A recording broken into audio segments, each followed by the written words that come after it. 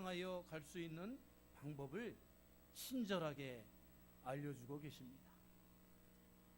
여러분들 어느 목적지를 가실 때 미국에 계시는 분들은 다들 운전들을 하시니까 요즘에는 뭐를 이용해서 그 목적지를 가죠?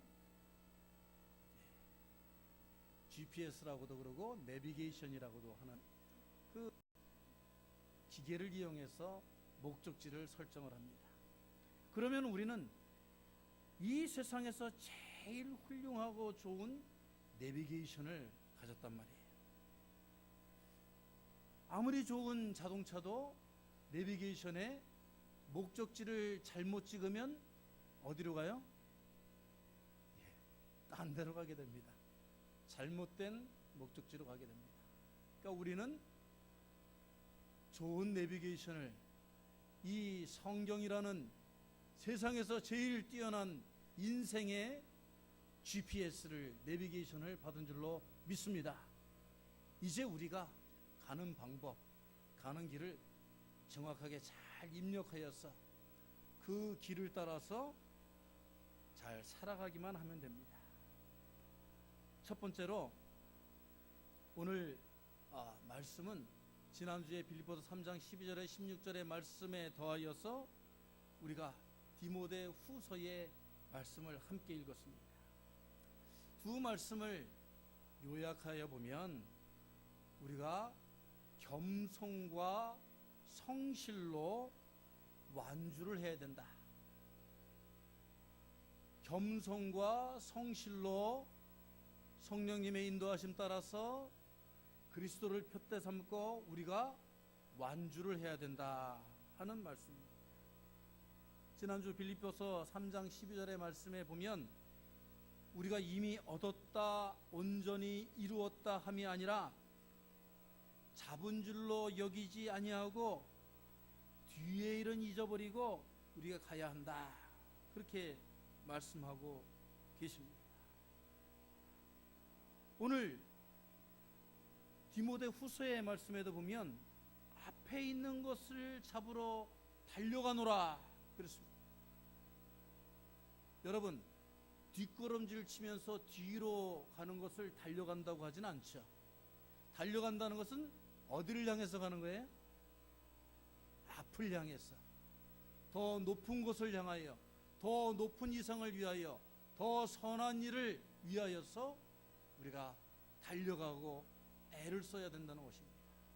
그런데 우리가 달려가는데 막 달려가는 것이 아니고 주님께서는 오늘 바울 사도를 통하여서 우리가 겸손과 성실로 달려가야 한다, 그렇게 말씀을 하고 계세요. 무엇과 무엇이라고요? 겸손과 성실로. 여러분들 우리가 잘 알고 있는 토끼와 거북이의 경주를 알고 계실 것입니다. 여러분, 이 토끼와 거북이의 경주에서 둘의 큰 차이가 뭐냐?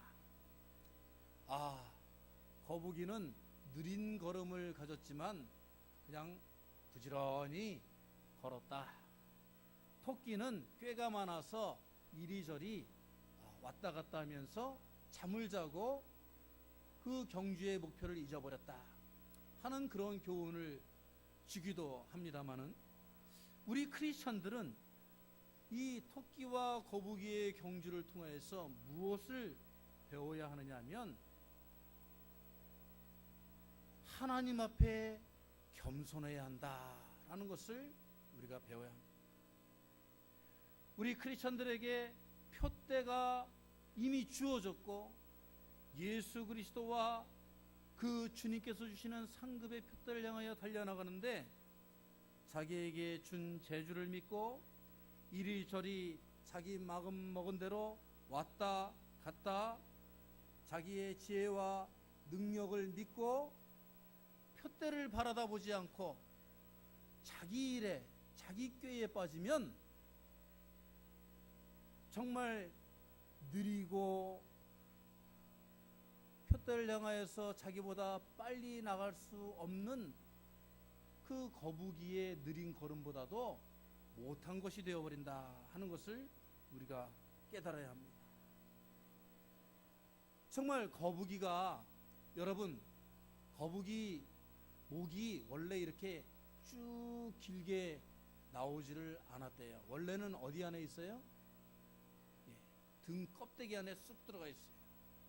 그런데 이 거북이가 먹이를 주거나 어디를 갈 때에는 그 목표 지점을 보기 위해서 어떻게 한다고? 목을 쓱 빼놓고, 정말 되지도 않는 목의 길이지만은 최선을 다해서 내뻗고는 어디를 바라봐요?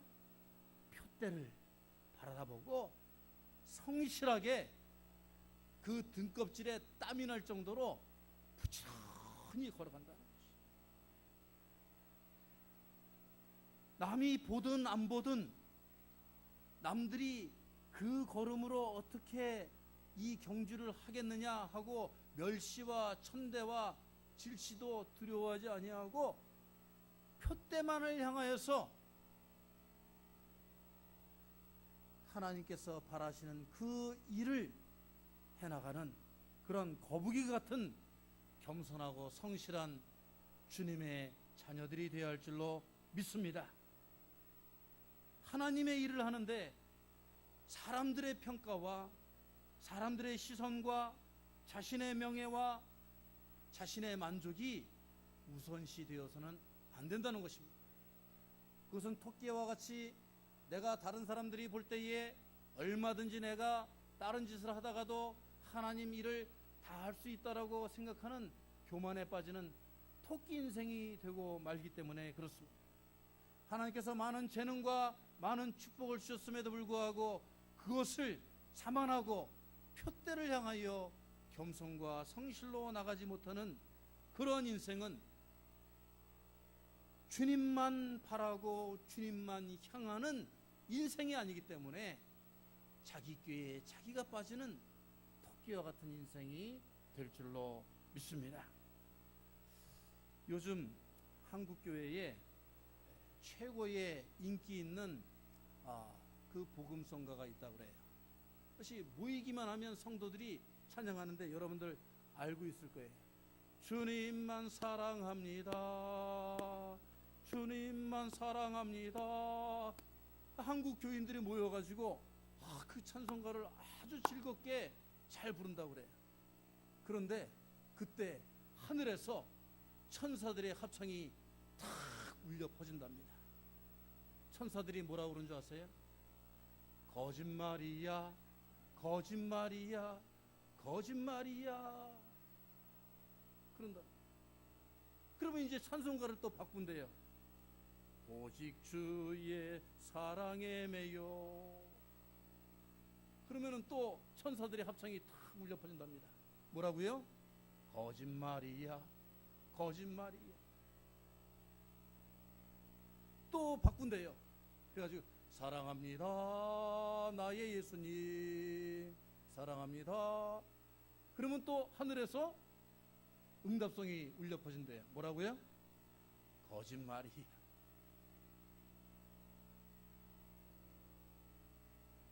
자신들의 인생길에 하나님이 최우선이 되지 않고 예수님의 원하시는 그 삶의 모습이 그 표대가 우선되지 않고 입으로만 사랑합니다, 사랑합니다, 나의 예수님, 나의 하나님 외쳐봤자 그것은 거짓말이 되고 만다는 것이죠.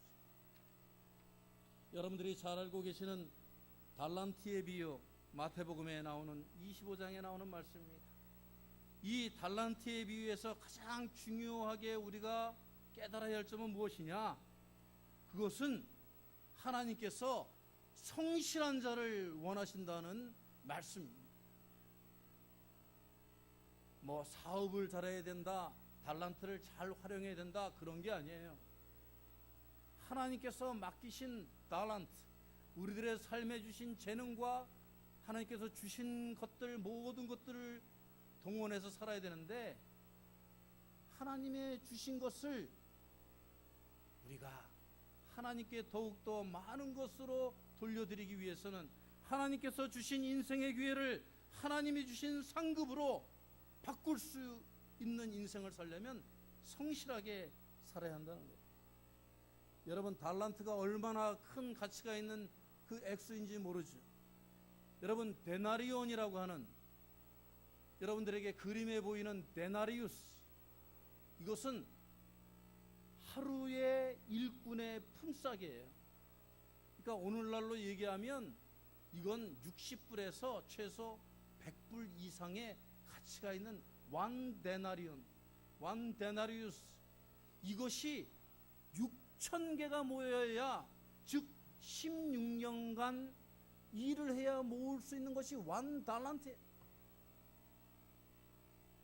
그러니까 하나님께서 여러분들에게 달란트를 주신 것이 얼마나 크고 고귀하고 값진 그 인생인 줄을 여러분들이 깨달아야 하는 것입니다. 하나님께서 우리들에게 2달란트를 주셨다, 5달란트를 주셨다, 그 액수와 그 크기가 중요한 것이 아니고, 이 마태복음 25장의 말씀에 보면 1달란트 받은 자는 땅 속에 숨겨놓고 두려워하며 그것을 사용치 않았어요. 그러나 2달란트, 5달란트 맡은 자들은 하나님께 열심과 성실과 충성으로 하나님 앞에 배를 남기는 그 달란트 인생을 살았다. 목적은 큰 부를 이루는 것이 아니고 하나님께서 맡겨주신 인생, 그 달란트를 가지고 얼마나 성실하게 살았느냐 하는 것을 하나님께서 원하시는 줄로 믿습니다. 쓰임받고 복받는 사람은 우리에게 주님께서 주신 그 인생의 달란트, 기회를 선용하는 사람들, 그것을 더욱더 하나님에게 많은 것으로 갚아드리기 위하여서 성실하게 최선을 다해서 불가능을 가능으로 고생을 친구 삼으며 최선을 다하는 인생을 하나님은 착하고 충성된 종아 인정하시는 것입니다. 비가 오나 눈이 오나 그 자리에서 반석같이 움직이지 아니하고 하나님의 최선을 다하는 성실한 일꾼을 하나님은 찾으십니다. 여러분, 교회에서요 보면은 정말 장로님 이상 직분자들이 되시면은 이런 것들을 깨달을 수가 있어요. 어떤 분에게 이러한 직분을, 작은 일을 맡겼는데 정말 마음이 편안히 놓여지는 분이 있어요. 정말 언제고 무슨 일이든지 최선을 다해서 이분은 이 일을 감당해 주실 것이야, 믿음이 가는 분이 있어요. 걱정 안 해요. 오히려 목회자나 장로님들이 부탁한 것보다도 더 열심히 고민합니다. 하나님께 무엇을 더 많이 돌려드려야 될까? 자기 전에도 고민하고 걸어가면서도 고민하고 눈을 감고 고민합니다. 그래서 2달란트, 5달란트 맡은 자와 같이 하나님에게 큰 상급을 받는 인생이 되는 분이 있어요. 작은 일에 정성스럽고 겸손하고 성실하게 섬기시는 여러분들이 되시길 주의 이름으로 축원합니다. 두 번째는 우리가 하나님의 상급을 바라다 봐야 된다, 그렇게 말씀하고 계십니다. 디모데후서 4장 7절 말씀을 보면 나는 선한 싸움을 싸우고 나의 달려갈 길을 마치고 믿음을 지켰으니 라고 바울 선생님은 자신의 죽음 전의 유언과 같이 말씀을 하고 있죠. 우리가 상급을 받기 위해서는 먼저 선한 싸움을 다 싸워야 돼요. 싸움이라는 것이 막 그냥 군인 와가지고 아무나 붙잡고 싸우는 그런 싸움이 아니고 선한 싸움, 하나님의 일을 위하여서는 전쟁터와 같은 영적인 전투에서 싸워서 이겨야 하고, 하나님의 그 일을 위하여서 온갖 어려움과 장애물들을 넘어서기 위하여 싸우는 용사와 같이 용감하게 우리가 싸워야 할 줄로 믿습니다. 그냥 하늘의 상급이 함부로 지어주거나 그냥 우리에게 무조건 주어지는 것이 아니라는 것이, 우리가 달려갈 길을 다 달려가고 믿음을 지킬 때에 하늘의 상급, 의의 면류관은 우리들의 것이 될 줄로 믿습니다. 여러분, 앞에 있는 것을 잡으려 달려가노라. 빌립보서 3장 14절의 말씀. 우리가 그것은 선한 싸움을 싸우기 위하여서 두려움 없이 망설임 없이 용감한 도전을 의미합니다. 우리가 하나님이 우리의 구원자 되시고 예수 그리스도께서 동행자가 되어주시고 성령님께서 앞서 말씀한 것처럼 우리 삶의 내비게이션이 되어주는데 왜 우리가 두려워하며 떨며 근심하며 살아갑니까? 용감하게 의의 면류관을, 하늘의 상급을 바라다 보시며 달려가시는 여러분들의 인생이 되시길 바랍니다. 성서에서 가장 훌륭한 용감한 신앙인의 모범은 누구입니까? 민수기 13장 14절에 나오는 여호수아와 갈렙 아닙니까? 이 여호수아 갈렙은 백성들과 지도자들의 불신앙으로 인하여서 이스라엘 민족이 가나안 땅에 들어가지 못하고 40년 동안이나 광야에서 이리 돌고 저리 돌고 헤매이고 우상을 모시다가 죽어가고 하는 그러한 와중에서 12명의 정탐꾼을 가나안으로 보냈는데 10명의 정탐꾼들은 다 뭐라고 얘기했냐면 한마디로 불가능해요. 안 돼요. 말도 안 돼요. 우리는 할 수가 없어요. 거기 갔다간 다 죽어요. 우리하고는 비교가 안 돼요. 그런 말들을 했는데 여호수아와 갈렙은 하나님께서 우리들에게 이 땅을 맡기신 줄로 믿습니다. 그래서 여호수아에게 하나님께서 주신 말씀, 두려워 말라, 떨지 말라, 극히 담대하라, 주 여호와 하나님께서 너와 함께 동행하심이라 하시는 말씀을 믿고 의지하고 달려나갔더니 여호수아와 갈렙 이외에는 그 땅에 들어간 정탐꾼이 없었다라고 성경 말씀은 우리들에게 증거하고 있습니다. 제가 지난 목요일까지 KPC 우리 PCUSA의 한인교회 연합 목회자 수련회 그리고 유스그룹 수련회 갔었는데 거기에 요즘 한국에서 또 크게 참 인정받고 있는 우리 장하길 목사님, 예수마을교회 목사님이 강사로 오셨어요. 우리가 그냥 부흥회를 하는 것이 아니고 그 목사님이 어떻게 목회하셨는가를 우리가 듣고 은혜를 받는데, 그 장하길 목사님이 예수마을 교회를 이제 크게 그렇게 부흥시키고 지역사회에, 그 교회는 마을이 교회고 교회가 마을이, 그런 교회를 일으켜 세우는데 그 교회의 원래 이름이 신당제일교회, 신당제일감리교회. 여러분, 신당동이 왜 신당동인 줄 아세요? 지금은 그 이름이 바뀌었지만 옛날엔 귀신 신자를 써가지고 무당들이 많은 동네, 무당집들의 동네예요. 그러니까 그런데 그 신당제일교회니까 이름을 바꾸자. 이게 무당제일장로교회야. 그래서 이 장하길 목사님 교회 이름을 바꾸고 이제 이런 교회를 세워나갑시다 하고 막 이제 교회가 부흥하고 있는데, 이것은 우리 교회 얘기가 아니에요. 장하길 목사님 얘기예요. 교회를 이제 막 세워나가는데 거기에 반대하는 재직들이 많더래요. 이리로 가라 이 집사, 김 빠진다 김 집사, 안 돼요 안 돼 안 집사, 바캉스만 가는 박 집사, 빨리빨리 조급한 조 집사, 나예요 나서는 나 집사. 제가 다 적지도 못했어요. 그 교회에 성씨가 굉장히 많아요. 그런데 그 와중에도 그 재직들 중에 주여 주여 외치는 주집사님들이 계셨대요. 할렐루야.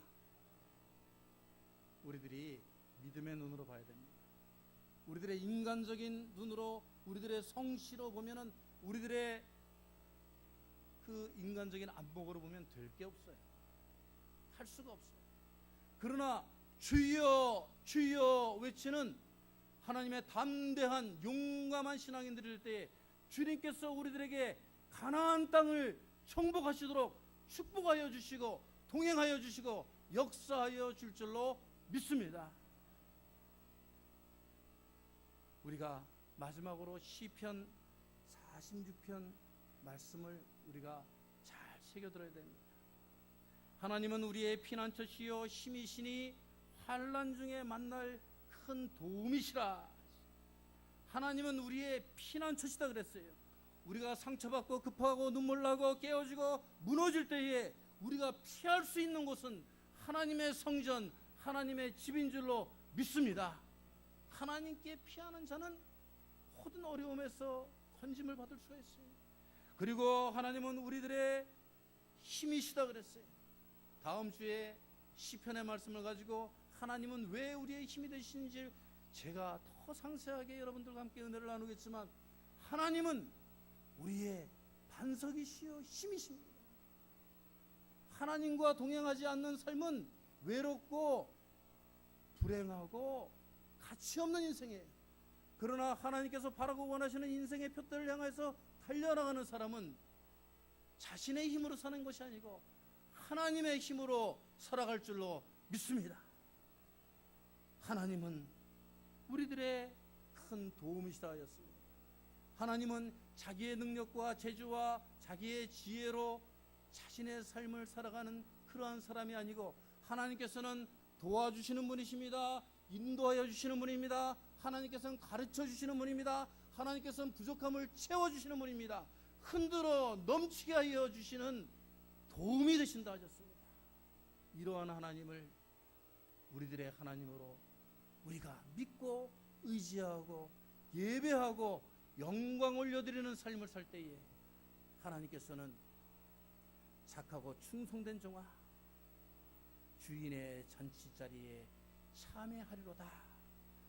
의의 면류관으로 하늘의 상급으로 여러분들을 인도하여 주시고 축복하여 줄 줄로 믿습니다. 같이 기도하겠습니다. 하나님, 저희들의